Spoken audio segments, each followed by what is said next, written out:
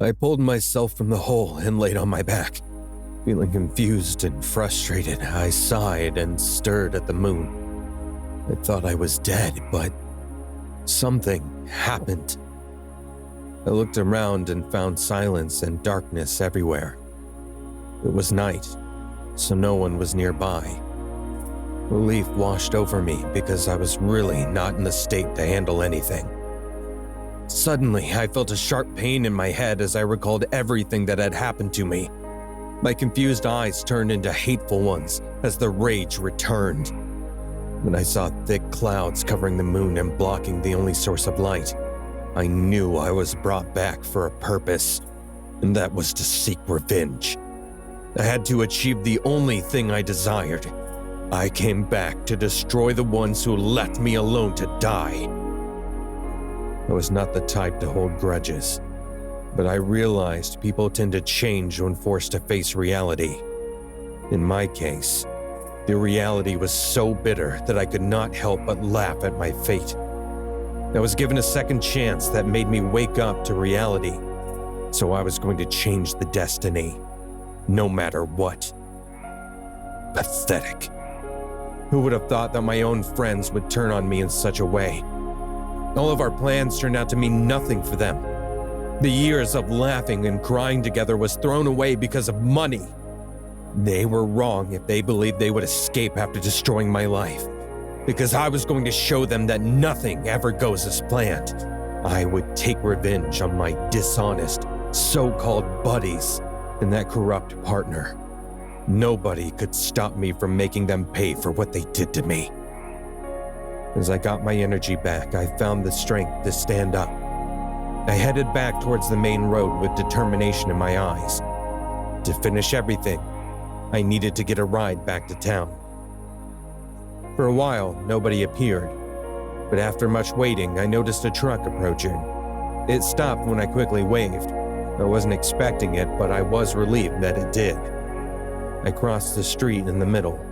An old man observed me limping, but said nothing. I knew I had to get the help of that old man sitting in the driver's seat somehow. "I'd like to thank you for stopping. I don't know how I'd get back to town otherwise," I said. The old man turned on the interior light in his truck and looked up at me with a funny look on his face. His eyes held a strange kind of amusement, like he knew about my intentions but couldn't care less. After observing me for a while, he said, "I usually don't pick up stray dogs, especially back in these parts, but I'll get you back in town." "Thank you so much. It would be a great help for me," I said. "Hop in and hold tight, young man," the old man said. As soon as I hopped into the bed of the truck, the old man grinned and pulled off so fast that he almost threw me out of the truck. After some time, I discovered a position where I could hold on tightly. I was thinking about what I must do in order to get my revenge. I had to think of a brilliant strategy before arriving in town. I had to take advantage of my one and only opportunity. Countless thoughts were running through my head when suddenly the old man reached back and opened the window. He asked, "What's your name, boy?" I was hesitant to speak, but I couldn't escape his narrow eyes observing my every movement. I looked down, hiding my face, and whispered, "My name is Teller." He smiled and said, "My name's Ramen, but people tend to call me Big Red." I didn't say anything further as I was in no mood for conversation. I didn't know what I was feeling at the time. Alone, I guess. I was left with only one desire of taking revenge on the people whom I had been loving my whole life like a fool. My eyes met those of the old man when I quickly averted them. He must have seen something, because after a few minutes he said, "It's way too late to head into town knowing there's nothing open, but you can crash back at my farm if you're interested." It brought me back from my endless thoughts. I looked back at him and tried to hide my face again from his rearview mirror and said, "Yeah, that's fine with me. I just need a place to rest up." He didn't say anything more because maybe he got the hint and I couldn't be more relieved. I was not in a state to have a chat with anyone. I needed some time to ponder my thoughts. After what felt like an eternity, probably because of my own state of mind, the truck came to a halt, and we pulled into his long driveway. I watched as he hopped out and opened up the private gate to his property. I observed the surroundings as he pulled up to the farmhouse. Suddenly there were dogs everywhere, barking and surrounding the truck. Before I could say anything, I saw the old man get out.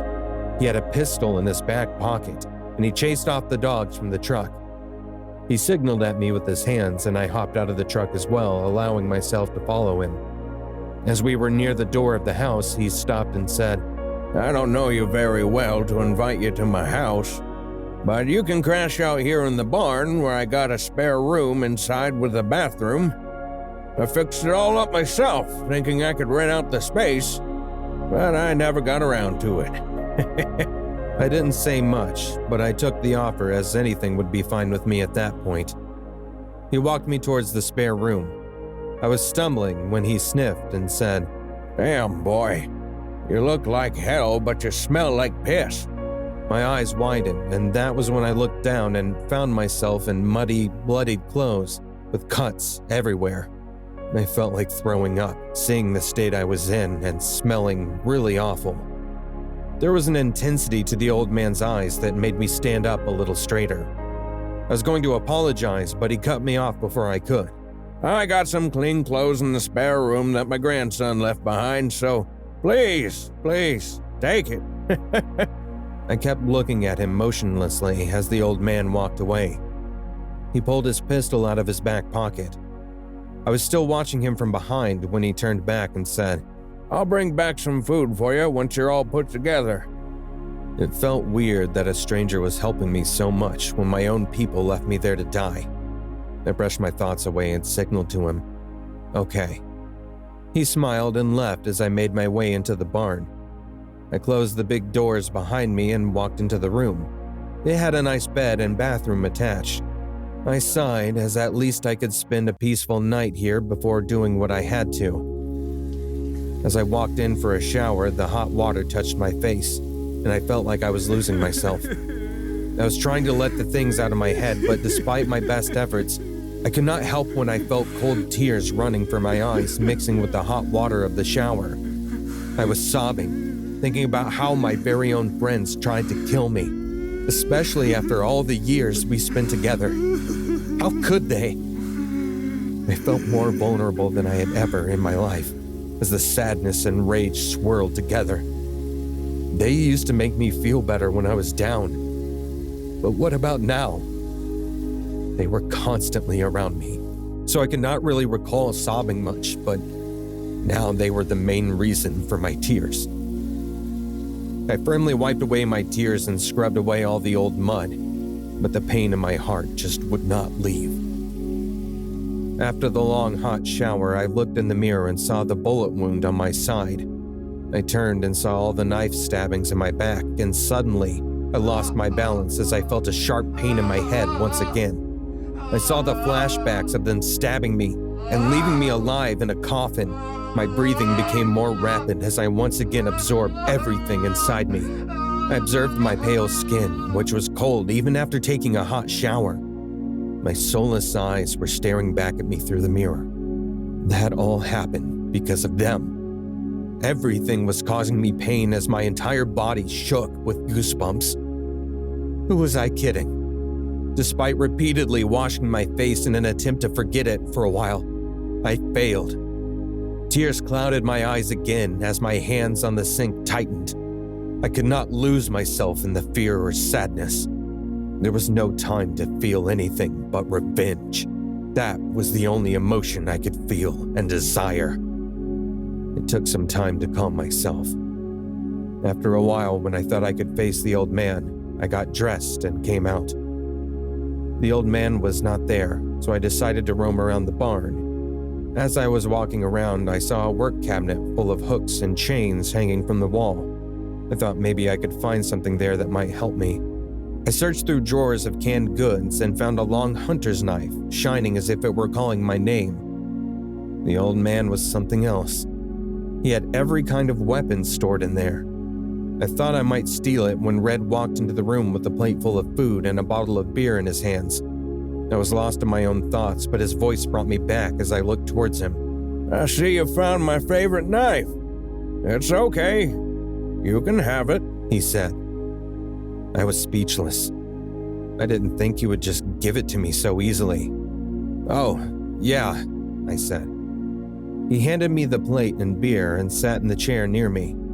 I sat down next to him and looked at the food. It looked like it had been a long time since I had eaten something. No doubt I was hungry, but I realized it only when I saw the food in front of me.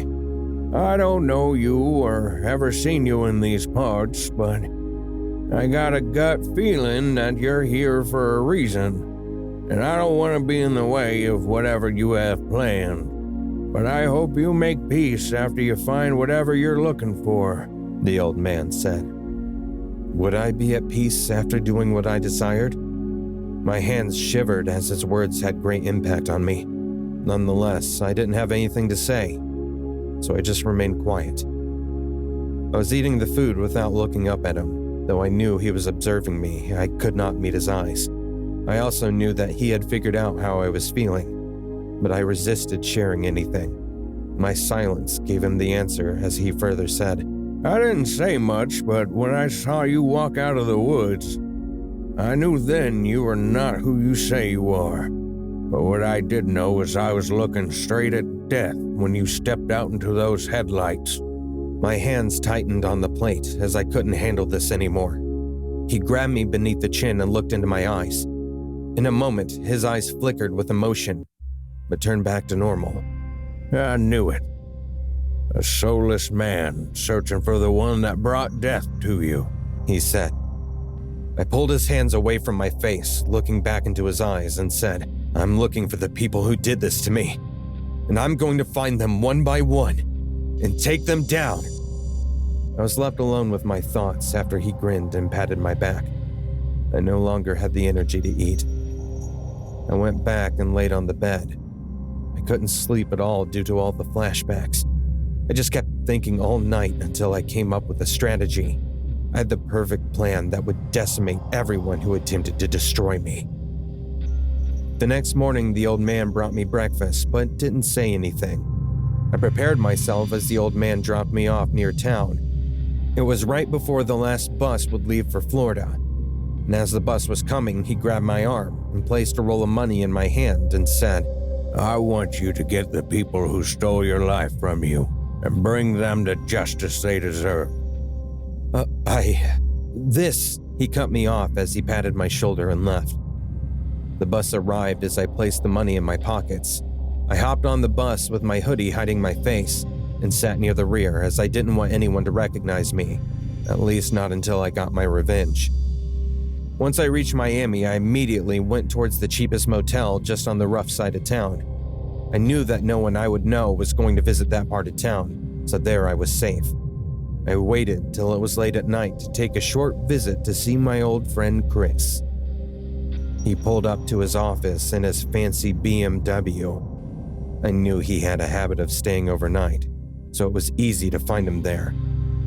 I looked at his face. He was the same, as if nothing had happened, as if he had not attempted to kill me. The audacity, I laughed. When he was walking into his dark office, I quickly ran up behind and hit him over the head. He passed out before he could get a chance to do anything. The downfall of the three people I loved most finally began. I tied him up in a chair in his own office.